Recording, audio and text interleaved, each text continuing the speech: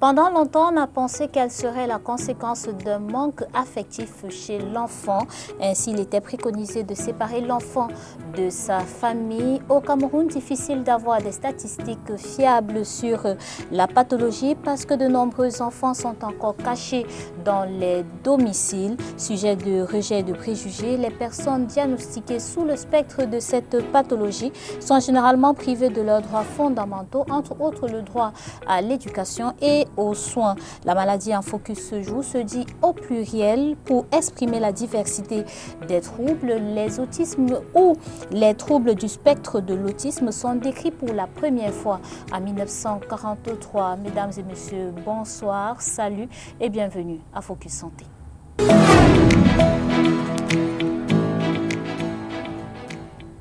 Une fois de plus, salut et bienvenue à Focus Santé. Focus Santé, c'est ce magazine qui vous donne de vivre en images, en son et en couleur les difficultés que rencontrent des malades et leurs proches, et également écouter des explications d'un expert. Et ce jour, nous recevons le docteur Noël Chouakep. Il est neuropédiatre consultant à l'hôpital La Quintini de Douala et en service à la clinique Le Châtelet. C'est à Bonabéry, dans le 4e arrondissement de Douala. Salut docteur et bienvenue à Focus Santé. Bonjour Madame Pangan, merci pour l'invitation.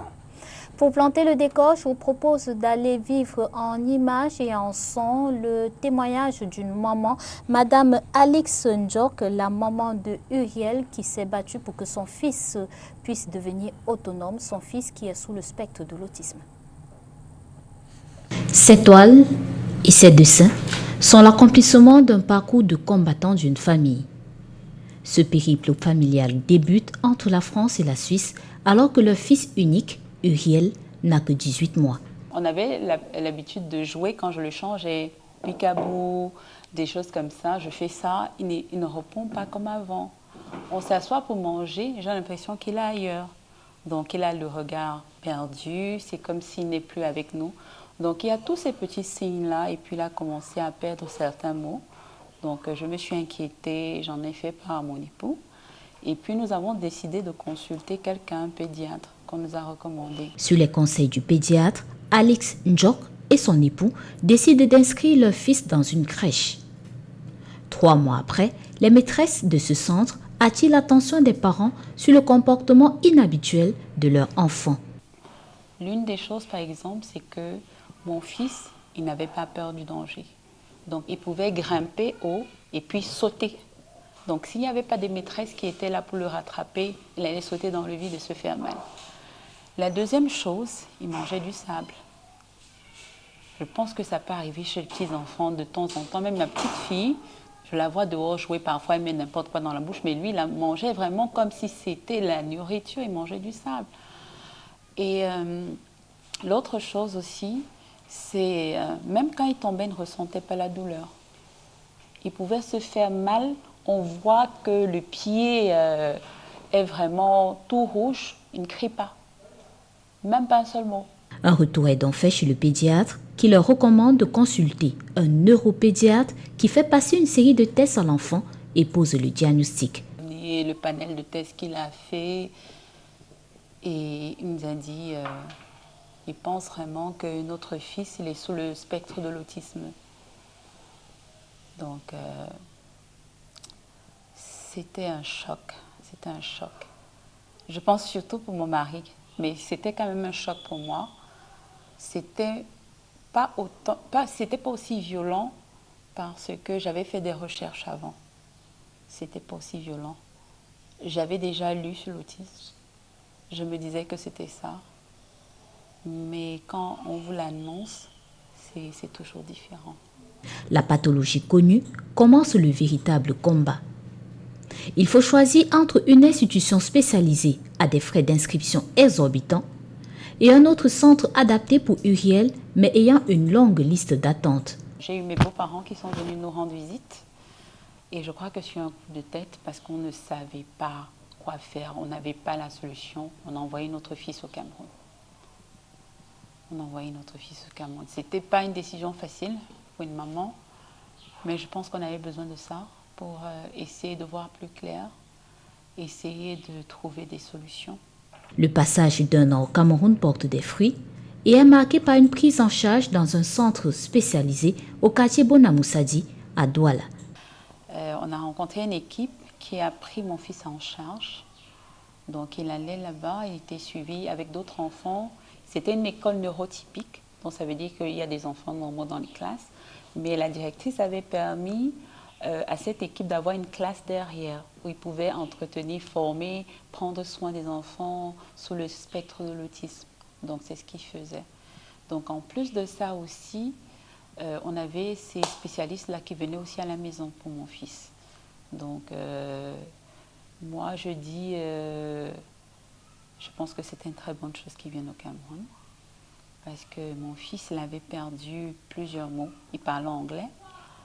Quand il est rentré au Cameroun, il a appris le français. Il a appris, alors qu'il perdait des mots, quelqu'un a appris une autre langue.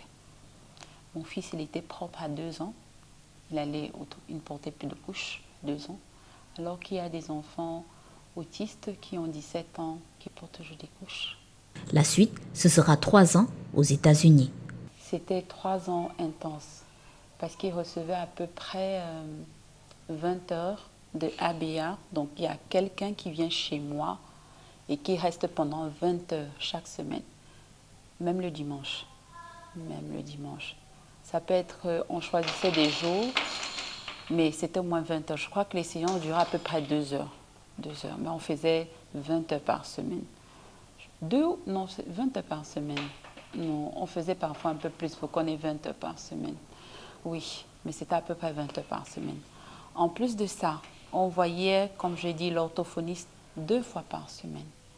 On voyait la motricité, chacun avec la motricité fine, la motricité grosse, là, 1 fois par semaine. Après ça, qu'est-ce qu'on faisait encore? Il allait à l'école. On lui a permis d'aller à l'école pour socialiser un peu. Il allait à l'école au départ de 8h à midi, ou bien de 9h à midi. Aujourd'hui, Uriel passe en classe 6, équivalent du cours moyen 2 dans le sous-système francophone. Il s'exprime correctement en français et en anglais. Il a écrit un livre, Travail l'argile. Des réalisations qui n'auraient jamais été accomplies si sa famille s'était laissée gagner par le découragement. En fait, le diagnostic, c'est juste le début. C'est juste le début, c'est vraiment pas la fin. Beaucoup de choses peuvent changer. C'est pas toujours évident. C'est pas toujours évident. Et puis, il faut s'entourer. Il faut poser des questions. Il faut lire. Il faut s'informer. Il ne faut pas rester renfermé. Et puis, il ne faut pas croire, comme on est en Afrique, aux différentes pensées, que c'est la sorcellerie, on a fait quelque chose. Non, il y a des handicaps, il y a des maladies qui peuvent s'expliquer. Et on peut améliorer la vie de quelqu'un, la façon de vivre de quelqu'un. Donc je pense qu'il ne faudrait pas jeter les dés très tôt. Il faut faire des efforts. C'est pas facile. C'est vraiment pas facile. Le souhait de sa maman aujourd'hui, c'est voir le gouvernement et les entreprises assister les familles qui ont un membre sur le spectre de l'autisme. De retour sur ce plateau, je me tourne vers vous, Dr Noël Chouakep. En des termes simples, c'est quoi les autismes ou bien les troubles du spectre de l'autisme? Ok. L'autisme, c'est le mot qui est le plus connu par la population. Mais en fait, on dit trouble du spectre de l'autisme. Ça veut dire que c'est un trouble qui a plusieurs variétés, aussi bien dans leur présentation que dans leur sévérité. C'est tout un spectre. Donc le mot autisme, c'est un mot qui est global, mais qui ne traduit pas les différentes variétés de cas qu'on peut avoir. Alors c'est quoi l'autisme? C'est un trouble du développement neurologique, ou un trouble neurodéveloppemental. Donc le cerveau se développe, mais certains réseaux neuronaux, certaines connexions, certains circuits ne se mettent pas bien en place. Lesquels circuits ont donc, n'étant pas mis en place, cela a une influence négative sur certains aspects du développement de l'enfant. Et il y a donc 3 aspects qui sont connus, qui ont été regroupés en 2 récemment. Il y a le côté communication, le plus important, le plus visible, plus palpable. L'enfant n'arrive pas à communiquer. Alors, quand on dit communication, c'est le langage, bien sûr, mais aussi les communications non verbales, les gestes. Donc l'enfant n'arrive pas à communiquer sur le plan verbal et non verbal. Ça, c'est le premier grand signe qu'on observe. L'autre, c'est l'absence de relation, ou bien l'insuffisance de relations interpersonnelles. L'enfant interagit peu avec l'entourage, qu'il soit proche ou moins proche. Donc, il n'arrive pas à interagir en société. Ça va donc induire un isolement, il n'arrive pas à être avec l'autre. Et le troisième grand signe qu'on observe, c'est un aspect limité et réduit de ses zones d'intérêt. Les jeux, les activités, l'enfant est réduit à quelques activités spécifiques et rien d'autre. Il est donc limité dans ses activités quotidiennes, dans ses jeux, dans ses divertissements. Voilà les trois grands éléments qu'on doit avoir lorsqu'on parle d'autisme. Mais récemment, cela a été regroupé en deux. Donc la communication verbale et non verbale et l'interaction ont été groupées en un seul chapitre. L'enfant ne communique pas et n'interagit pas. Et le deuxième chapitre, c'est donc un spectre réduit, limité, répétitif de ces domaines d'intérêt, d'activité, etc. Voilà les deux grands chapitres qu'on retient aujourd'hui pour définir ce que c'est que l'autisme ou encore le trouble du spectre de l'autisme. Et quelles sont les causes donc? Parlant de causes, ce n'est pas évident, mais disons qu'il n'y a pas de cause unique. C'est un trouble, ce n'est pas une maladie en fait. C'est un trouble donc qui est multifactoriel. Il y a des facteurs génétiques qui entrent en jeu et les facteurs aussi de l'environnement. Lorsqu'on dit facteur génétique, ça veut dire qu'il y a des familles, il y a plusieurs cas d'autisme. Ça veut donc dire qu'il y a certaines familles qui ont tendance à avoir plus d'enfants autistes que d'autres familles. Et il y a chez les jumeaux, c'est très fréquent. Il y a des familles où le frère aîné et le cadet sont autistes. Alors c'est un des éléments du facteur génétique. On s'est rendu compte aussi que le garçon est 3 fois sur 4, voire 4 sur 5, plus touché que la fille. Donc, il y a sûrement un trait génétique qui apparaît là, de ce côté-là. Voilà le traitement qui fait dire que l'autisme, donc, le côté génétique est prépondérant, est dominant par rapport aux facteurs qui sont en cause. Maintenant, il y a les facteurs environnementaux, les facteurs autres que génétiques. Par exemple, les enfants qui sont nés prématurément, les grands prématurés ont plus tendance à être plus tard des enfants autistes. Pas tous, hein, il ne faut pas aussi généraliser. Mais les enfants qui sont nés avec un très petit poids de naissance, certains d'entre eux auront plus tendance à être autistes que les autres. Les mamans qui ont, pendant la grossesse, consommé certains produits anti-épileptiques sont exposées. C'est parce qu'un maman est épileptique, c'est un facteur déjà de risque, mais en plus, il faudrait que quand elle veut être enceinte, qu'elle prévienne son gynécologue, que cela soit vraiment étudié et que des précautions soient prises pour que l'enfant qui doit naître ne soit pas plus tard autiste. Donc l'épilepsie même et certains médicaments anti-épileptiques, je ne donne aucun nom, mais certains produits sont capables d'induire un risque accru d'autisme chez l'enfant qui va naître. Il y a aussi les enfants qui naissent et qui convulsent étant nouveau-nés. C'est aussi un facteur de risque. Donc les enfants qui ont des convulsions étant encore de 0 à 1 mois sont plus exposés que les nouveau-nés qui n'ont pas de problème. Voilà le facteur qu'on peut dire, non génétique, qui associé au facteur génétique augmente le risque que l'enfant soit plus tard atteint de ces troubles. Mais aucun facteur pris seul ne peut expliquer la maladie. Il faut qu'il y ait une certaine conjonction. Il y a de nombreux gènes qui ont été identifiés dans l'autisme, mais il n'y a aucun gène unique qui a été mis en place. Donc les recherches continuent, mais retenons donc les facteurs génétiques et les facteurs autres génétiques environnementaux ou acquis sont les deux grands éléments pouvant être capables, n'est-ce pas, de favoriser la survenue de l'autisme chez l'enfant. Docteur, vous avez parlé dans la description de la maladie, de ce trouble au niveau de la sociabilité de l'enfant. À partir de quel âge un parent doit pouvoir s'inquiéter de ce que son enfant présente des signes et pouvoir consulter un spécialiste? Voilà, c'est une question importante et pratique. Classiquement, avant 3 ans, on n'a pas tous les éléments. Mais déjà, dès 12 à 18 mois, une maman qui est vigilante, qui observe bien, peut déjà avoir certains indices qui lui permettent de s'inquiéter. Dès 12 à 18 mois. Par exemple, un enfant qui, quand maman lui fait prendre son bain, lui prend sur lui, ne regarde pas la maman dans les yeux. Quand l'enfant fuit le regard de la mère, par exemple, c'est un signe qui est très important. Ça, c'est dès les premiers mois. Bon, ça ne veut pas dire que tous les enfants qui fuient le regard de la mère sont autistes, mais au moins, il y a un élément qui permet à la mère de noter, de prendre note et suivre l'enfant. Un enfant qui, n'est-ce pas, quand la maman lui fait des câlins, ne réagit pas, hein, est indifférent aux câlins. C'est un signe qui est important. Un enfant qui, par exemple, réagit bizarrement à certaines situations, peut-être certaines lumières qui le font réagir autrement, etc., la maman peut bien s'inquiéter parce que cet enfant-là présente un signe qui n'est pas habituel. Un enfant, en fait, qui a des signes inhabituels, déjà dès 12-18 mois, la maman peut déjà s'inquiéter. Et 18 mois, c'est déjà un âge assez important pour qu'il y ait un certain nombre d'éléments probants, sans attendre nécessairement 3 ans. Okay. Voilà. Et à ce moment-là, elle s'inquiète et la logique voudrait qu'elle se rende dans un centre hospitalier, mais quel spécialiste on rencontre et dans quel centre hospitalier on se rend? Voilà. Si l'enfant a son pédiatre, c'est naturel qu'il voit son pédiatre. Les pédiatres sont formés pour avoir des éléments, n'est-ce pas, capables de les faire suspecter, au moins au départ, ces genres de troubles. S'il n'y a pas de pédiatre, son médecin traitant déjà, s'il est un peu expérimenté, s'il a la connaissance de ces troubles, peut déjà commencer à noter certains éléments et au besoin référer l'enfant à son pédiatre.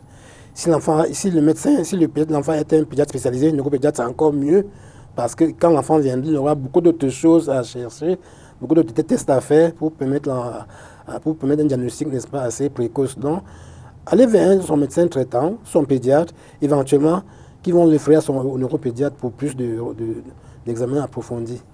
Est-il possible de guérir? La guérison, c'est un très gros mot. Encore plus gros lorsqu'on parle de l'autisme. Il n'y a pas de guérison définitive, mais il y a des améliorations, des progressions, qu'on observe, qu'on peut observer. Guérison en tant que telle, non. Maladie, c'est une maladie d'évolution.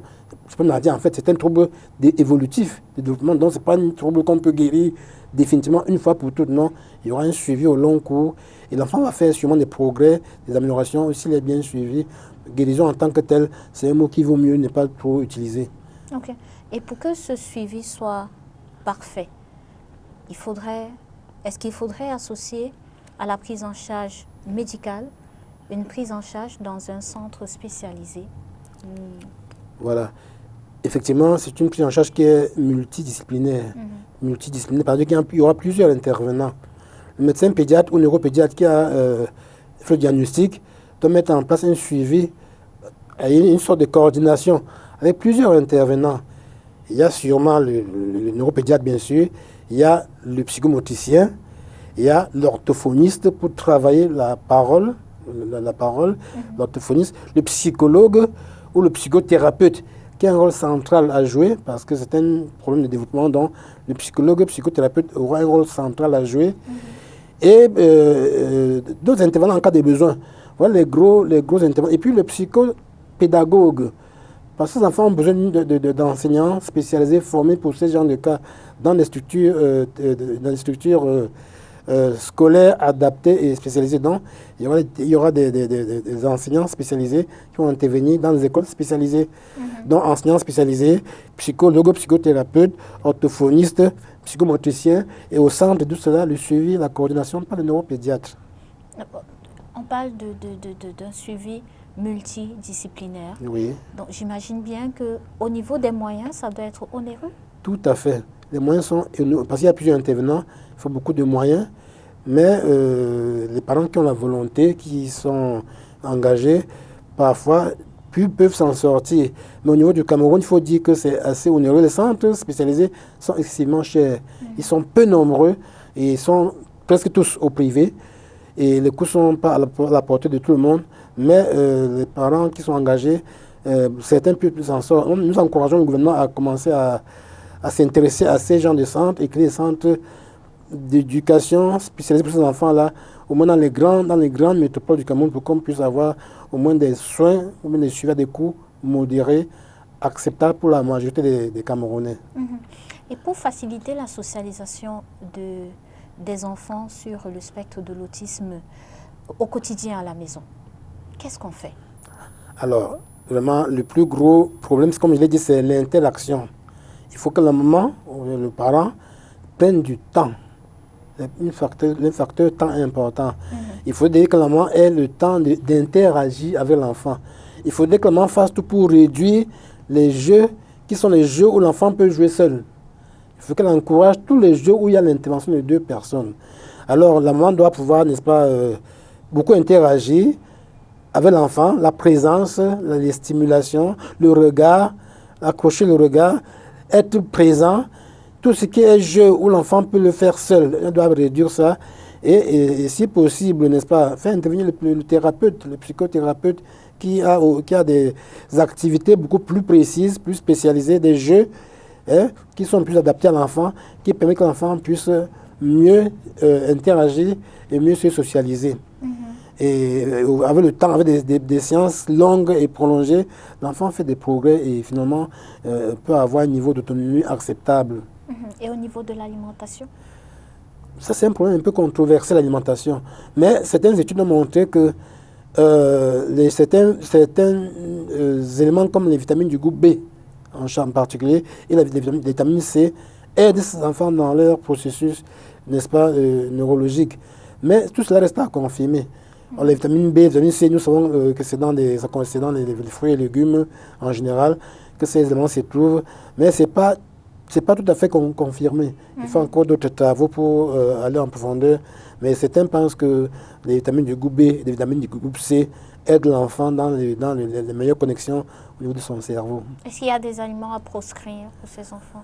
Bon, les aliments à proscrire en tant que tel, on peut dire quoi? Tout ce qui est excitant, tout ce qui n'est pas nécessaire pour le fonctionnement normal de l'organisme, tout ce qui est excitant, café, alcool, thé, tout cela, ce n'est pas nécessaire pour l'enfant. L'enfant est déjà souvent très agité. On ne doit plus encore lui mettre des choses qui vont encore augmenter son agitation. À l'exemple du sucre? Pour le sucre, de toute façon, c'est le sucre qui est modéré, ça ne pose pas de problème. L'enfant peut prendre son petit déjeuner légèrement sucré comme d'habitude, mais sans exagérer, sans l'habitude nécessairement au repas trop sucré. Il n'y a pas d'interdiction nette, mais tout modéré. Pas d'excitant. Tout ce qui empêche le sommeil, tout ce qui empêche, n'est-ce pas, que l'enfant soit calme, reposé, doit être évité. Et au niveau maintenant, je prends l'exemple de la maman de Uriel. C'est son premier fils qui a ce trouble. Maintenant, on a d'autres enfants. Comment faire en sorte pour que la socialisation en famille se passe bien, pour qu'ils puissent accepter ses frères et ses sœurs? Voilà, tout à fait. Et les enfants, les collatéraux, dont les frères et sœurs, qui sont aînés ou cadets, doivent être encouragés à être le plus présent possible avec l'enfant, ne pas le rejeter. Il faut l'intégrer dans le milieu familial, qu'il fasse des jeux communs, des jeux, n'est-ce pas, des jeux de groupe, pour encourager l'enfant à se socialiser. Il faut éviter que l'enfant soit stigmatisé, marginalisé, mis à l'écart. Non. Au contraire, il faut l'amener vers les autres. La maman qui comprend bien la situation peut très bien éduquer ses autres enfants à prendre leur frère qui est souffrant, qui a ces problèmes-là, comme quelqu'un de tout à fait comme eux. L'aimer, donner l'affection, jouer avec lui comme tous les autres enfants. Ok. Et maintenant, un parent, je reste dans ce cas, un parent qui a son premier enfant, qui est dans ce trouble-là et qui a peur de concevoir à nouveau. Est-ce que ce parent a besoin d'un suivi psychologique? Quelles sont les probabilités pour qu'on fasse un autre enfant? La probabilité n'est pas faible, elle est quand même là, elle est plus grande, mais elle n'est pas automatique. Elle n'est pas automatique. C'est vrai que j'ai eu des enfants, j'ai eu quelques familles où il y a 2 cas d'enfants autistes, mais ce n'est pas la grande majorité quand même. Dans la grande majorité des enfants autistes sont souvent des enfants qui sont seuls dans leur famille. Le risque est plus grand qu'un enfant. Quand un enfant naît, qu'il a un frère autiste, les chances sont plus grandes qu'il soit autiste, mais elles ne sont pas obligatoires, ni automatiques, ni à 100%. Il ne faudrait pas qu'on décourage les mamans ou les familles à continuer à procréer, mais il faut leur expliquer que le risque est là, ce n'est pas 100%, ce n'est pas négligeable, il est quand même là, mais on peut pas, ça arrive de prendre une décision. Ça arrive de prendre une décision, mais leur expliquer que le risque est un peu plus grand sans être un risque nécessairement à 100%. C'est quelque chose qui est un peu délicat à décider. On leur explique, on leur donne les arguments, mais c'est à eux à la fin de décider s'ils continuent leur procréation ou pas. Et maintenant, l'enfant n'est pas seulement dans sa famille, il est appelé à sortir pour socialiser également avec le reste de la société. Et parfois, il peut arriver qu'il y ait des remarques désobligeantes adressées parfois directement à l'enfant.